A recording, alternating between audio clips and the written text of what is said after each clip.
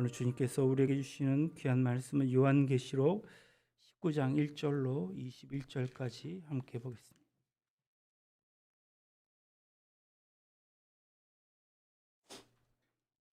제가 갖고 있는 신약성서 418쪽 정도에 있습니다. 요한계시록 19장 1절로 21절까지입니다. 교독해서 읽도록 하겠습니다. 이 일 후에 내가 들으니 하늘에 허다한 무리의 큰 음성 같은 것이 있어 이르되 할렐루야, 구원과 영광과 능력이 우리 하나님께 있도다.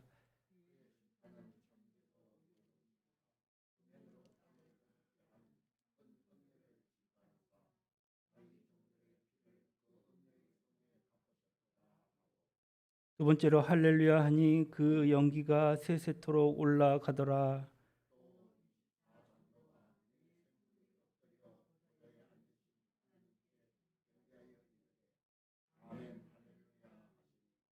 보좌에서 음성이 나서 이르시되 하나님의 종들 곧 그를 경외하는 너희들아, 작은 자나 큰 자나 다 우리 하나님께 찬송하라 하더라.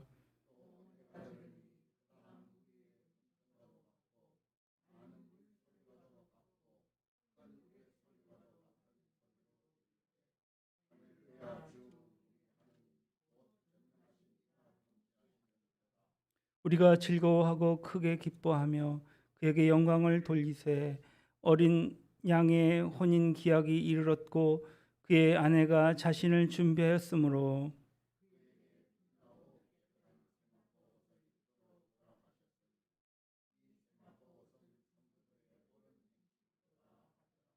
천사가 내게 말하기를 기록하라. 어린 양의 혼인 잔치에 청함을 받은 자들은 복이 있도다 하고 또 내게 말하되 이것은 하나님의 참되신 말씀이라 하기로.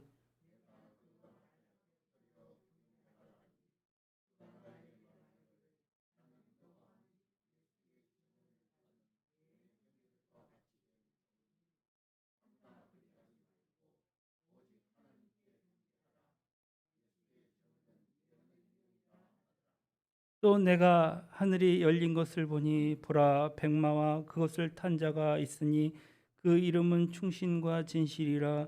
그가 공의로 심판하며 싸우더라.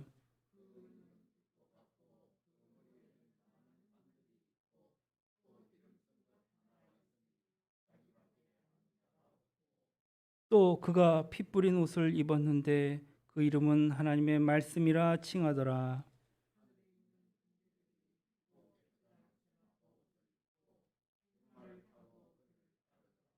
그의 입에서 예리한 검이 나오니 그것으로 만국을 치겠고 친히 그들을 철장으로 다스리며 또 친히 하나님 곧 전능하신 이의 맹렬한 진노의 포도주 틀을 밟겠고.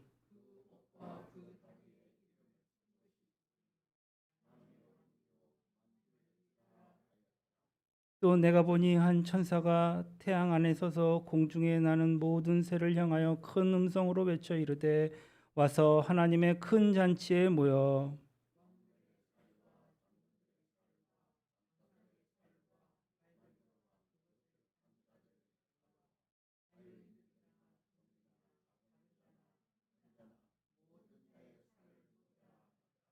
또 내가 보니 그 짐승과 땅의 임금들과 그들의 군대들이 모여 그 말탄 자와 그의 군대와 더불어 전쟁을 일으키다가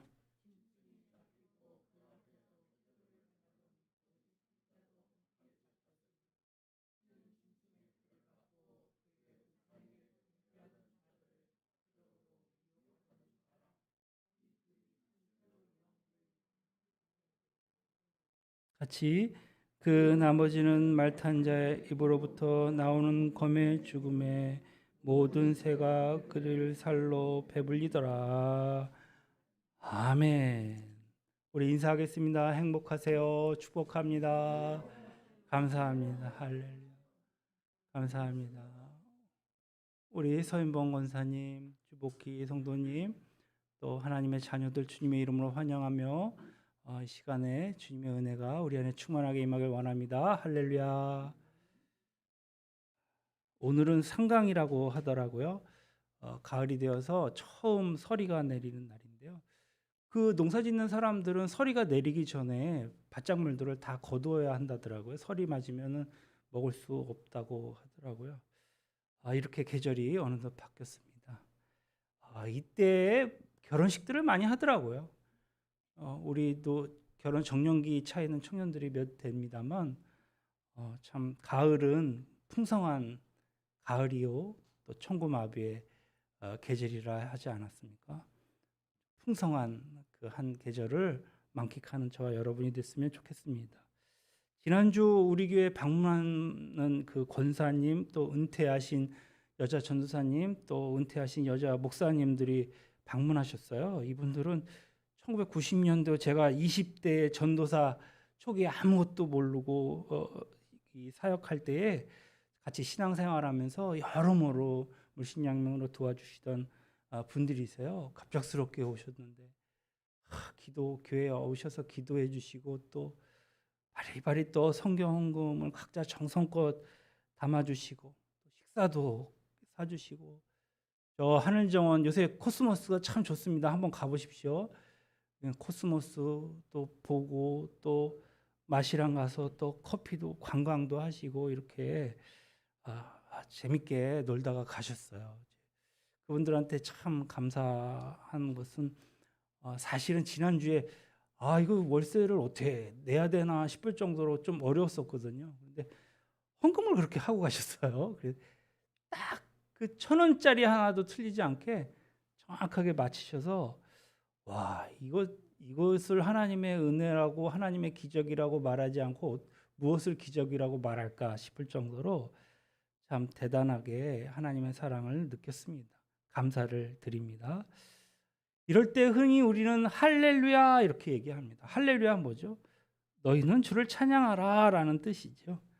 우리는 흔하게 할렐루야라는 용어를 많이 사용하는데요. 구약 성경에서는 아주 무수히 많이 할렐루야라는 단어가 용어가 나옵니다. 그런데요, 신약 성경에서는 유일하게 요한계시록 이 한 곳에 특히 이 19장에 이렇게 집중되어서 나오는 것을 보게 됩니다. 여기서 나오는 할렐루야는요, 일곱 나팔, 일곱 대접의 재앙들이 다 끝나고 음녀와 바벨론의 세력의 심판이 이제 다 끝난 상태예요. 그래서 주님의 오심을 앞두고 다시금 하늘의 문이 열리면서 수많은 천국의 백성들의 정말 엄청난 찬양의 심포니가 이렇게 울려 퍼지는 장면입니다. 1절 이 일 후에 내가 들으니 하늘에서 허다한 무리의 큰 음성 같은 것이 이르러 있을 때 할렐루야 구원과 영광과 능력이 우리 하나님께 있도다. 그러니까 할렐루야 이렇게 찬양한 찬양의 첫 번째 주제는 무엇이라고 얘기하고 있습니까? 구원. 구원에는 세 가지 측면이 있어요. 그러니까 우리가 잘 알지 죄 때문에 죽어 마땅한 우리가 예수님을 믿는 하나님의 자녀가 됨으로써 의롭다 여기심을 받은 사건, 과거의 모든 죄를 깨끗이 씻어지고 이제 해결되었으므로 이것을 어떻게 보면 과거적 구원이라고 할 수 있습니다. 둘째는요, 구원의 은혜를 조금씩 누려가면서 점점 나의 그 옛 습관, 옛 사람 이런 것들이 죽어가면서 새로운 새 사람으로 변해가는 성결의 과정이라고 할 것입니다. 이것을 현재적 구원이라고 해요. 조금 부족하지만 완벽하지 않지만 조금씩 주님을 닮아가는 모습, 성결인의 모습이 되어가는 것이죠. 마지막 세 번째는 주님이 다시 오셔서 우리를 영광스러운 천국으로 인도해 주실 때에 우리가 누리게 될 미래의 구원. 그래서 이 미래적 구원, 이렇게 과거와 현재와 미래의 구원이 구원의 온전한 완성을 이루는 것이죠. 그래서 여기에서 할렐루야는 이 구원의 완성의 순간에 천국 백성들이 정말 과연 하나님이 우리를 구원하셨다 하나님께 드리는 찬송일 것입니다. 로마서 13장 11절에 또한 너희가 이 시기를 알거니와 자다가 깰 때가 벌써 되었으니 이는 이제 우리의 구원이 처음 믿을 때보다 가까웠음이라. 여러 가지 우리의 변화되는 환경을 통하여서 주님의 때가 가까웠음을 우리는 인지하고 있습니다. 구원이 처음 믿을 때보다 가까웠으니 라는 말이 무슨 뜻입니까? 구원이 완성될 시간이 가까웠다는 거예요. 온 천국의 백성이 기뻐서 할렐루야 외치는 그 일이 곧 임하게 된다는 것이죠. 우리가 받은 구원, 우리가 받은 구원은 지상 최대의 사건인 것입니다. 자칫 우리가 신앙생활을 오래 하다 보면요, 내가 구원을 받았는지 안 받았는지, 이 사실의 그 엄청난 축복인지 아닌지 모르고 살 때가 많이 있지 않습니까? 이 지상에서 일어날 수 있는 가장 큰 위대한 기적은 내가 구원받았다라는 사실입니다. 영혼이 죽음에서 생명으로 옮겨지는 사건이고요, 하나님의 자녀가 되어서 하늘의 능력을 이 땅에서부터 누리게 되는 사건인 것입니다. 또한 영원히 주님과 함께 천국에서 살게 되는 사건, 그것이 바로 구원이에요. 그래서 내가 검사, 판사, 국회의원 되고 로또에 당첨되는 것보다 수억 배, 수십억 배 엄청난 사건이 바로 이 구원이라는 사실입니다. 천국에 가서 우리 모두 그 사실을 온몸으로 깨닫게 될 때 비로소 할렐루야 찬양이 나오는 것입니다. 2절로 3절에 뭐라고 합니까? 그의 심판은 참되고 의로운지라 음행으로 땅을 더럽게 한 큰 음녀를 심판하사 자기 종들의 피를 그 음녀의 손에 갚으셨도다. 두 번째로 할렐루야 하니 그 연기가 세세토록 올라가더라. 우리가 살면서 수없이 많은 모순과 억울한 일들을 겪고 삽니다. 나는 한 번도 억울한 일을 겪은 적이 없어 라고 하는 사람은 아마 이 세상에 그 누구도 없을 것입니다. 살다 보면 정말 아인된 굴뚝에 연기 나는 경험도 하게 됩니다. 억울해요. 내가 하지 않은 일, 정말 하지 않은 말 했다고, 정말 힘없다고 막 나를 무시하고 짓밟고 뒤에서 음해하는 일들을 겪는 것이죠. 제가 신학교 들어가서 오늘날 목회하기까지 한 36년의 세월이 흘렀습니다. 뭐 억울하고 무시당하고 오해받는 일들 뭐 한둘이었겠습니까? 30년 전에 부교육자라는 직은요, 교회의 아마도 마당새 역할이에요. 마당새야 그러면 네 마님 앞에 마당 쓸어라 그럼 쓰는 그런 대우를 받았어요. 아침에 일찍 일어나서 교회 앞에 마당 쓸고 성도들 막 퍼나르는 운전기사 하고 또 온갖 교회에 막 지저분하다는 그 뭐 교회 작업들 허드렛 일 마다 않지 않고 하는 이 작업반장이어야 했습니다. 개인 생활이라고는 없어요. 완전 무시되고요. 정말 50만 원의 이 박봉으로 4D 업종이라고 할 수 있을 만큼 아주 험난한 그러한 부교육자 생활이었던 것 같습니다. 윗분이 어디 나가신다 그러면 이렇게 연락 오면 새벽이든지 뭐 한밤중이든지 상관없이 나가야만 했고요. 한 번은 새벽 기도 마치고 집에서 좀 쉬려 하는데 뭐 조찬 기도에 가신다는 거예요. 그럼 담임 목사님 그 세단을 제가 운전하는 거예요. 그러니까 운전기사예요. 운전기사. 서울로 이렇게 가고 있습니다. 아침에 이제 라디오를 틀어놨는데 그때도 무슨 대선 기간이었던 것 같아요. 저도 나름 뭐 신문 보는 그 남자인지라 뉴스에 나오는 그 사건 사고에 대한 뭐 개인의 견해를 얼마든지 얘기하죠. 그렇게 얘기하려 치면 야 부교육자 주제가 뭘 하는 척을 해. 아주 무시하고 핀잔을 해버립니다. 매달 첫날에 온 교회가 새벽 기도를 하거든요. 그날이 오면 뭐 그날이 뭐 토요일이면은 금요 철야에 이렇게 함께 모여서 담임 목사님의 그 안수 기도를 받습니다. 저는 위층 방송실에서 항상 상황을 살펴봐야 하는 입장이었어요. 간혹 그 뭐 가방이나 지갑을 들고 나가는 이 도둑님들 때문에 그렇게 했습니다. 우리 가족이 다 왔어요. 우리 예언이, 예성이, 또 애기 엄마, 아마 초등학교 때였던 것 같아요.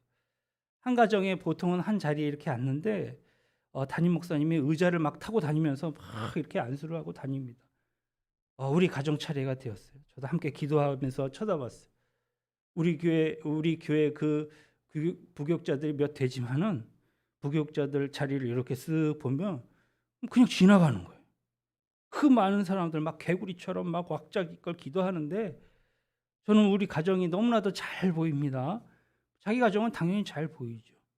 그런데 부교육자 자녀라고 해서 참 개처럼 일하는 이 부교육자들 가정을 위해서 정말 따뜻하게 기도해주고 정말 이렇게 안아줘야 될 사람들을 무시하는 모습을 보면서 저는 많은 생각을 하게 되었습니다. 야, 나는 저렇게 목회하지 말지. 그리고 절대 후배들 대할 때, 우리 신학생들 대할 때 뭐 시키거나 지시하지 말자. 이런 다짐을 하게 되었답니다. 우리 개개인도 억울한 일을 많이 당하지만 뭐 사회적으로 보면은 온갖 불의와 악행들이 자행되고 있는데 그 대부분이 제대로 된 심판을 받고 있는 것 같지도 않습니다. 그래서 다들 답답해하고 분노가 많은 것 같습니다. 웃을 일들이 별로 없어요. 지금도 이 기울어진 추, 이 사법부의 이 칼춤을 추는 이 정말 어묵한 이 세대의 작태를 보면서 정말 하나님이 얼마나 한탄하시고 개탄하시고 싫어하실까. 그런 나라는 미래가 없는데 이 땅에서 완전한 정의를 기대하기는 어렵습니다. 인간의 판단이 완전하지 않고 악하고 뒤틀려 있기 때문에 그런 것입니다. 그러나 마지막 날 하나님의 심판하실 때에 그 판단은 한치의 오차도 없이 정확할 것입니다. 사람도 여지없이 모두가 승복할 수 있게 정의로울 것입니다. 그런 의로우신 하나님, 심판의 하나님을 우리는 할렐루야 찬양하는 것입니다. 특별히 자기 종들의 피를 그 음녀의 손에 갚으셨도다라고 말씀하시는 이 말씀에 주목하십시오. 요한계시록에서 계속 강조되는 메시지는 복음으로 인해서 핍박과 죽음 당하는 이 성도들의 보복을 주님이 마지막 날에 철저하게 갚아 주시겠다고 약속하고 계시는 것입니다. 기독교 역사 2000년 동안 수없이 많은 하나님의 백성이 믿음을 지키려다 핍박과 죽음을 당하지 않습니까? 로마가 어떻게 기독교가 국교화되었는지 지난주 어떤 역사 프로그램에서 나오는데요. 이야, 너무나도 많은 사람들이 300년 동안 핍박당하고 박해당하고 잔인한 방법으로 죽고 그렇게 눈물과 배고픔과 굶주림 가운데에서 정말 하나님의 그 갚아주심을 기대하면서 살았더라고요. 근데 마지막의 결과는요. 나라가 국교화되면서 기독교가 국교화되면서 기독교 말고 다른 종교를 섬기는 자들은 이단이다. 그렇게 변하더라고요. 세상 권세 앞에서 우리들은 너무나도 무기력하게 보이지만 정말 최후의 심판날에 부활한 성도들은 모두 영광스러운 하늘나라 잔치에서 주님의 위로와 상급을 받을 것임을 믿으시기 바랍니다. 18절, 17절 그 앞절에 보면 우리는 마귀의 사주를 받아서 세상의 권세를 장악했던 음녀와 바벨론의 추악한 실체를 보게 됩니다. 돈과 음란과 폭력과 거짓으로 가득 찬 이 음란의 영이 세상 가득하여서 사람들을 타락시키고 하나님의 교회를 핍박하는 것을 보게 됩니다. 그래서 음녀에 휘둘린 그러한 목사들, 물질과 명예욕에 사로잡혀서 하나님의 역사를 정말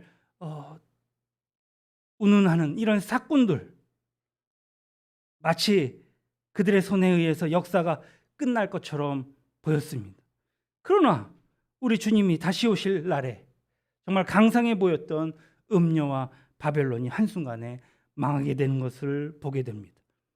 교회를 핍박했던 어둠의 권세가 영원한 심판의 불에 던지는 것을 보면서 정말 흰옷 입은 수많은 천국의 백성들이 승리의 찬송을 부르게 될 것입니다. 4절에 또 24장로와 내 생물이 엎드려 보좌에 앉으신 하나님께 경배하여 이르되 아멘 할렐루야 했습니다. 여기서 등장한 할렐루야 앞에 아멘 붙었습니다. 아멘 할렐루야입니다. 아마 또 교회에서 가장 자주 쓰는 말 두 가지가 아멘과 할렐루야 아니겠습니까? 아멘 할렐루야인데 아마 이 성경에서 유일하게 두 개가 붙어 있는 곳은 본문밖에 없는 듯 싶습니다. 아멘이란 말은 여러분도 잘 아시다시피 나는 진실로 그렇게 될 줄로 믿습니다 라는 뜻입니다. 기도한 내용이 그대로 이루어지게 해달라는 것입니다. 이 땅에서 신앙생활을 하면서 우리가 그동안 얼마나 많은 아멘을 했습니까? 그럼에도 불구하고 이루어지지 않은 기도의 많은 제목들이 얼마나 많은지 모릅니다. 그러나 주님이 다시 오시는 그날에 모든 심판이 이루어지고 하나님의 모든 정의가 드러나며 우리의 구원이 완성되면 이루어져야 할 모든 기도의 제목이 완벽하게 이루어지는 것을 보게 될 것입니다. 그것을 보면 너나 할 것 없이 모두 벌떡 일어나 아멘 할렐루야 하며 외칠 수밖에 없을 것입니다. 그래서 아멘 할렐루야를 외치고 있습니다. 모든 기도 제목이 하나님의 선한 뜻 아래서 완벽하게 이루어지는 것을 보면서 터뜨리는 찬양. 6절에 보니까 또 내가 들으니 허다한 무리의 음성과도 같고 큰 물소리와도 같고 큰 우레소리와도 같은 소리로 이르되 할렐루야 우리 하나님 곧 전능하신 이가 통치하시도다. 전능하신 하나님이 지금까지 역사를 다스리는 사실을 찬양합니다. 이때까지는 이해할 수 없었던 모든 역사도 마치 퍼즐 조각이 하나하나 맞춰지면서 완벽하게 들어 맞춰져서 최후의 승리를 장식하는 놀라운 드라마였음을 모두가 깨닫게 된 것입니다. 그러면 그렇지 하나님의 뜻이 이렇게 있으셨구나. 천국에서 모두가 무릎을 치면서 고개를 끄덕이게 될 것입니다. 지목사가 매주 이 뻥같이 얘기하는 얘기 늘어놓기만 하더니 야, 그 말이 사실이네, 사실이었네 고백할 때가 오게 된다는 말입니다. 9절에 이는 하늘이 땅보다 높음같이 내 길은 너희 길보다 높으며 내 생각은 너희 생각보다 높음이니라 라고 말씀하셨습니다. 동시에 이제부터 그 어떤 어둠의 세력에 방해 없이 오직 하나님, 우리 하나님의 선하신 다스리심 아래서 정말 우리가 살게 됨을 감사하는 찬양인 것입니다. 누가 다스리는가에 따라서 운명이 하늘과 땅 차이가 납니다. 이때까지 죄 많은 세상에 살면서 항상 옛사람과 새사람이 싸움이 있었는데 이제는 온전한 주님이 다스림만이 우리에게 임하게 될 것입니다. 세상 제국이 완전히 사라지고 하나님의 나라만이 가득할 것입니다. 영적인 전쟁이 완전히 끝난 것입니다. 얼마나 감사하고 얼마나 기쁠까요? 7절에 우리가 즐거워하여 크게 기뻐하며 그에게 영광을 돌리세 어린 양의 혼인 기약이 이르렀고 그의 아내가 자신을 준비하였으므로. 여기서 말하는 어린 양의 혼인 잔치를 이해하려면 우리가 유대교의 결혼 풍습을 이해할 필요가 있습니다. 그러니까 유대인들이 결혼할 때에는 먼저 남녀가 약혼한 뒤에 바로 결혼하는 걸 일정 기간을 보내고 나서야 정식 결혼을 거행하게 되는데 이것은 비슷합니다. 그런데요, 유대 문화에서의 약혼은 이 약혼이 결혼식 이상의 의미가 있어요. 약혼할 때 반드시 신랑 집에서 신부 집에 집찬금을 주어야 합니다. 그리고 약혼 기간 중에라도 두 남녀가 부부로서 어떻게 보면 정말 합법적인 권리와 의무를 지니게 됩니다. 신랑은 이때 예비 신부에게 말합니다. 내가 지금부터 1년 뒤에 정말 어느 날이라고는 말할 수 없지만 그 알지 못하는 날에 저녁에 내가 당신을 데리러 반드시 돌아올 것이다. 그러니 준비하고 있으라 이렇게 얘기합니다. 정해진 날짜로 말해줄 수 없는 것은 그것을 결정하는 것이 신랑이 아닙니다. 신랑의 아버지의 몫이기 때문에 그렇습니다. 이렇게 1년 정도의 시간이 지나고 난 뒤에 마침내 결혼식 날이 되면 신랑은 신부의 집으로 가서 식을 치른 뒤 신부를 자기 집으로 데려오게 되는데 예수님은 항상 자신을 신랑, 신부를 누구라 했습니까? 지상의 교회를 신부라 했습니다. 여러분들을 신부라 한 것이죠. 주님은 우리를 구원하시기 위해 십자가에서 자신의 생명을 주셨습니다. 그러니까 예수님의 그 십자가의 보혈이 바로 신랑으로서의 지불하신 지참금인 것입니다. 예수님이 십자가에 돌아가시던 그 순간부터 오늘 다시 오실 그날까지 신부가 신랑을 기다리는 약혼 기간이라는 말씀입니다. 그러므로 어린 양의 혼인 기약이 이르렀다는 말은 무엇입니까? 이미 우리를 자신의 피로 값주시고 사셔서 영적인 신부가 된 성도들을 그리스도께서 정말 결혼식을 치르며 하나님 나라로 인도하실 때가 되었다라는 의미인 것입니다. 신랑은 돌아가서 신부를 맞이하 이제 함께 살 집을 짓는데 신랑 아버지가 그것을 다 지켜보고 이제 도와주십니다. 1년이 지나면 모든 준비가 다 됐어요. 그러면 신랑 아버지가 신랑에게 말합니다. 야, 이제 됐다. 너는 가서 신부를 데려와라. 이렇게 통보합니다. 그럼 신랑은 이때 친구들을 데리고 신부집에 가게 됩니다. 그리고 신랑 일행이 동네 어귀에 도착하면 신랑이 왔다는 소식을 신부집에 전달하게 됩니다. 여기까지 보면 우리나라 결혼식이랑 많이 비슷해요. 옛날 결혼식이요. 그때 신부는 기뻐하면서 정말 화장을 하고 치장을 하고 신부를 맞으러 나오게 됩니다. 그러면 온 동네가 축제 결혼식을 벌이게 되는 것이죠. 예수님은 십자가의 죽음을 앞두고 제자들에게 이렇게 말씀하십니다. 너희는 마음에 근심하지 마라. 하나님을 믿으니 또 나를 믿으라. 그리고 뭐라고 합니까? 내 아버지 집에 거할 것이 많도다. 그렇지 않으면 너희에게 일렀으리라. 내가 너희를 위하여 거처를 예비하러 가노니. 그러니까 유대교의 결혼 문화 가운데 이 해당되는 말씀을 지금 소개하고 있는 것입니다. 신랑 되신 예수님은 천국에서 우리와 함께 영원히 보내실 처소를 마련하고 계시다는 말씀입니다. 문제는 신부된 주님의 교회인 성도들이 오늘 신랑을 맞을 준비가 되었는가 하는 것이겠죠. 신랑을 기다리는 1년 동안 신부가 준비하고 있어야 합니다. 무엇입니까? 첫째는 순결입니다. 둘째, 새살림을 할 준비를 해야 합니다.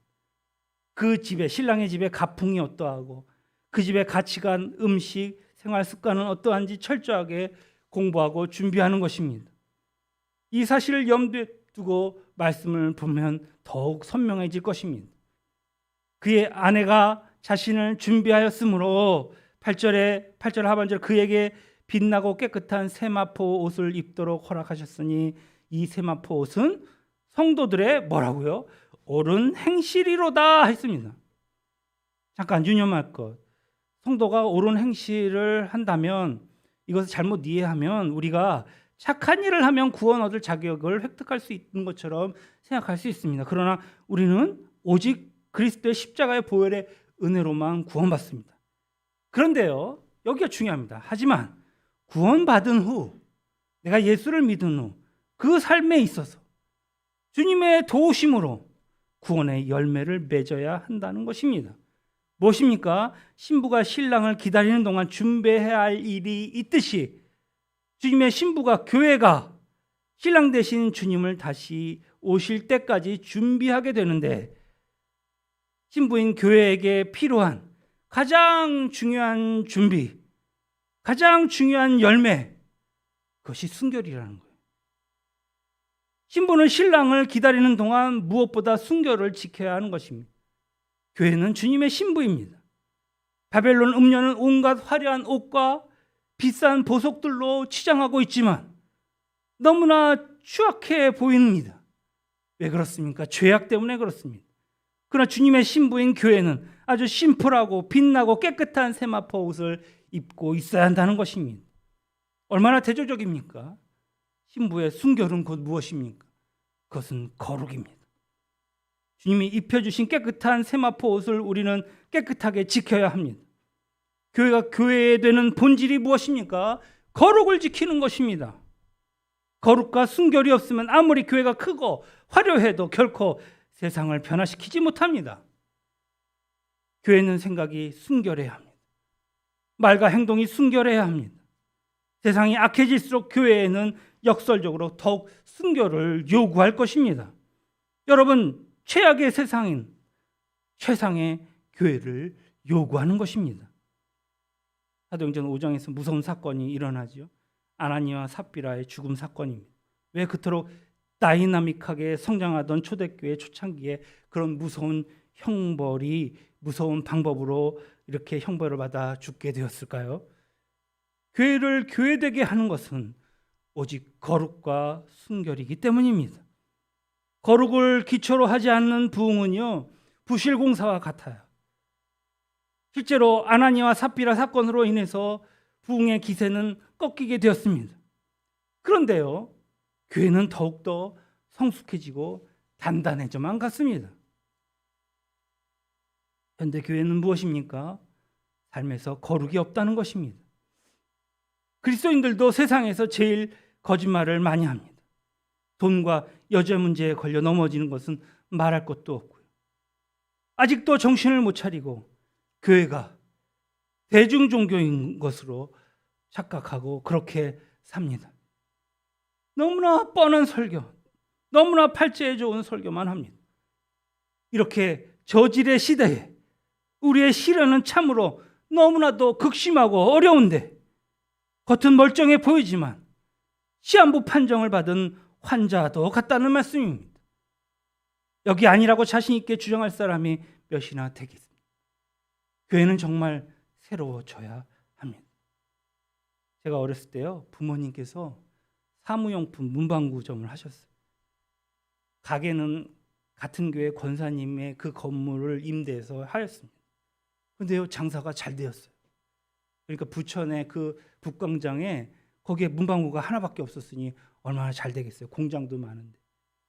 그러니까 보고 질투가 난 것 같아요. 나가라는 거예요. 자기가 문방구 한다는 거예요. 한 달 안에 나가라는 거예요. 물론 하나님은 피할 길을 예비해 주셨지만 분쟁이 일어난 것입니다. 같은 교회 다녀요. 담임 목사는 어떤 편에 들었을까요? 돈 많고 힘 있는 건물주 권사의 편을 드는 것입니다. 어린 나이에도 바로 알겠더라고요. 제가 젊었을 때는요, 밤이고 낮이고 하나님을 너무 사랑하는 거예요. 그 좀 책 읽다 보면 밤을 꼬박 새요.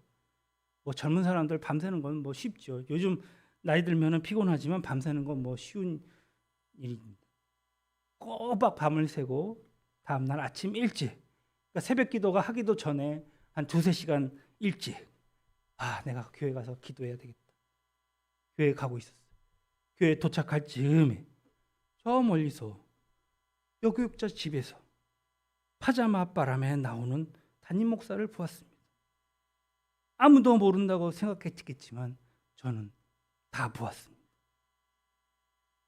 제가 부교육자 때요, 청년들을 데리고 밤늦게까지 사역하고 무심코 불 꺼진 사무실에 들어가는데 문이 잠겨져 있어요. 안에는 누군가 있는 것 같아요. 불을 켜니까 사무원과 목사님이 있는 거예요. 여러분, 그런데요, 이렇게 얘기한 사람들이요, 한 사람이 아니에요. 다 다른 사람들입니다. 다 다른 인물들이에요.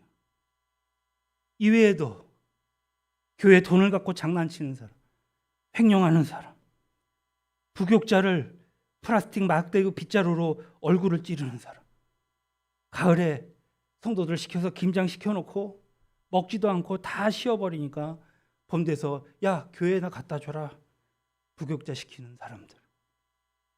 저는요, 이런 모습을 보면서 내가 목회를 해야 되겠다, 내가 바르게 해야 되겠다, 정말 순결과 거룩으로 주님 앞에 나가야 되겠다라는 생각을 했습니다. 목회자들과 성도들 누구나 하나 빠짐없이 다 새로워져야 합니다. 저부터 그렇습니다. 세상의 도덕과 윤리의 표준이 될 정도로 깨끗해져야 한다는 말씀입니다. 하나님은 하나님의 백성이 다시금 거룩을 회복하기를 원하십니다. 그리고 거룩과 순결을 말하면서 마치 남의 일 보듯이, 남의 말 하듯이 맞장구 쳐서는 안 됩니다. 다른 사람의 죄를 지적하며 고치려 하지 말고 먼저 각자 스스로 돌아봐야 합니다. 하나님 앞에 회개해야 하는 것입니다. 세상을 향해서는 네가 고쳐야 한다라고 하면서 교회에서는 나는 죄인이요 괴수입니다 하면서 자신의 죄를 참회하는 데서부터 시작해야 할 것입니다. 영적인 성도는요, 남의 잘못을 낯가롭게 드러내는 것이 아니라 자기 자신의 죄를 항상 하나님 앞에 울며 회개하는 사람입니다. 거기서 진정한 영적 권위가 생길 것입니다. 우리는 하나님의 백성이면서도 하나님의 백성답게 살지 못하고 있는 우리의 추한 모습을 몸부림치며 회개해야 할 것입니다. 성도는 죄 없는 사람이 아닙니다. 모든 더럽고 악한 것들을 깨끗이 태워 정결하게 해달라고 간구하는, 기도하는 자여야만 합니다. 진정한 회개를 해야 하는 성도가 거룩해지는 데는, 회개는 단순히 정말 죄의식만 가진 것으로 이제 모든 게 되는 건 아닙니다. 죄인들이 모인 교회, 그리고 죄가 많은 세상에 살면서 항상 세상의 죄에 오염되는 교회가 어떻게 순결할 수 있겠는가? 반드시 주님의 은혜가 여기에 필요한 것입니다. 은혜를 받아야 합니다. 은혜는 말씀을 통해서만 가능합니다. 그것은 하나님의 말씀을 끊임없이 받아들이는 데에서 가능합니다. 에베소서 5장 26절로 27절에 이는 곧 물로 씻어 말씀으로 깨끗하게 하사 거룩하게 하시고 자기 앞에 영광스러운 교회로 세우사 티나 주름 잡힌 것이나 이런 것들이 없이 거룩하고 흠이 없게 하려 하심이라. 아멘. 교회의 머리신 주님, 항상 말씀으로 교회를 정결하게 만드셨습니다. 교회는 티나 주름 잡힌 것이나 다른 지저분한 것들로 항상 더러워집니다. 우리가 세상에 발을 담그고 사는 한은 계속해서 세상에 때가 묻을 것입니다. 그래도 주님은 우리에게 뭐라고 말씀하지 아니하고 야단치지 아니하시고 무시하지 아니하시고 계속해서 우리를 위해 중보기도 하시며 말씀으로 우리를 씻어 주실 줄로 믿습니다. 여기서 주의 보혈이 필요합니다. 주의 보혈을 입혀주셔서 깨끗한 세마포 옷이 정말 더럽혀지지 않도록 끊임없이 말씀과 성령으로 깨끗하게 되어야 할 것입니다. 예수님은 성육신 되신 분이십니다. 말씀이 선포되고 말씀을 묵상하고 공부하고 실천하면 예수님의 영이 충분하게 임함을 믿으시기 바랍니다. 오늘도 말씀 주실 때에 주님은 우리를 치료해 주시고 새롭게 해주시고 기름 부으시고 능력을 주실 것입니다. 하나님은 사랑하는 자들에게 말씀하시길 원하십니다. 하나님의 입에서 나오는 말씀은 하나님의 사랑인 것입니다. 하나님의 말씀이 우리에게 밀려올 때에 정말 돌 같은 마음, 딱딱한 마음이 녹아지고 연해지고 부드러워지게 되는 것입니다. 우리는 마음을 다하고 정말 정성을 다하고 뜻을 모아서 하나님의 말씀을 사모해야 할 것입니다. 우리가 하나님의 말씀을 받을 때 우리의 영혼은 살아나며 깨끗해지며 새로워질 것입니다. 우리가 영적으로 시험에 들면 말씀을 듣는 게 싫어집니다. 바로 그때 마귀의 장난이 일어나는 것입니다. 힘들수록 더욱 말씀을 가까이 해야 합니다. 부활 승천하신 주님은 교회를 통해서 만물을 다스리시기를 원하십니다. 하나님, 우리 각 성도 교회를 통해서 하나님의 뜻을 이루어 가십니다. 교회가 교회다운 역할을 하지 못할 때 주님은 너무나도 마음 아파하십니다. 길거리에서 험하게 외치는 그 외침, 그렇게 지저될 때에 주님은 속상해하십니다. 하나님은 교회가 교회다운 역할을 할 수 있도록 끊임없이 교회를 준비시키십니다. 거룩하게 하시고 깨끗하게 하십니다. 때로는 요즘처럼 교회가 잘못이 많고 부족한 것, 투성이가 드러날 때도 있지만 우리는 주님이 어떻게든 이 땅의 교회를 다시 고쳐 쓰실 거라 믿습니다. 신부가 입은 세마포 옷은 성도들의 옳은 행실이라 했는데 여기서 또 다르게 표현한다면 천국 지향적인 삶입니다. 신부는요, 약혼 기간 동안 자기가 시집갈 그 신랑의 집에 가풍과 또 생활 습관을 공부한다 했지 않습니까? 말씀을 맺겠습니다. 사랑하는 성도 여러분, 주님의 신부된 성도 여러분, 주님 다시 오실 때가 가까웠습니다. 오늘 천국을 우리는 바라봐야 합니다. 말씀은 우리를 정결하게 할 뿐 아니라 우리의 영원한 천국을 바라보게 합니다. 그리고 천국의 가치관을 가지고 이 땅을 살게 합니다. 약혼한 신부는 몸을 친정에 있어도 마음은 이미 신랑 집에 있습니다. 하나님의 자녀된 성도들 또한 몸은 세상에 있어도 마음은 저 천국에 있어야 할 줄로 믿습니다. 천국은 주님의 임재가 가득한 곳이기 때문에 이 땅에서부터 주님이 좋아하시는 것을, 정말 열심히 사모하며 공부하며 그것을 실천하며 연습하기 시작해야 할 것입니다. 그러므로 주님 다시 오실 때 잘했다 칭찬하며 주님과 저 천국을 동행할 줄로 믿습니다. 그런 예언의 성도들 다 되시기를 주님의 이름으로 축원합니다. 축원합니다. 좋으신 하나님, 오늘도 우리에게 은혜 주시옵소서. 오늘도 말씀으로 깨닫게 해주시옵소서.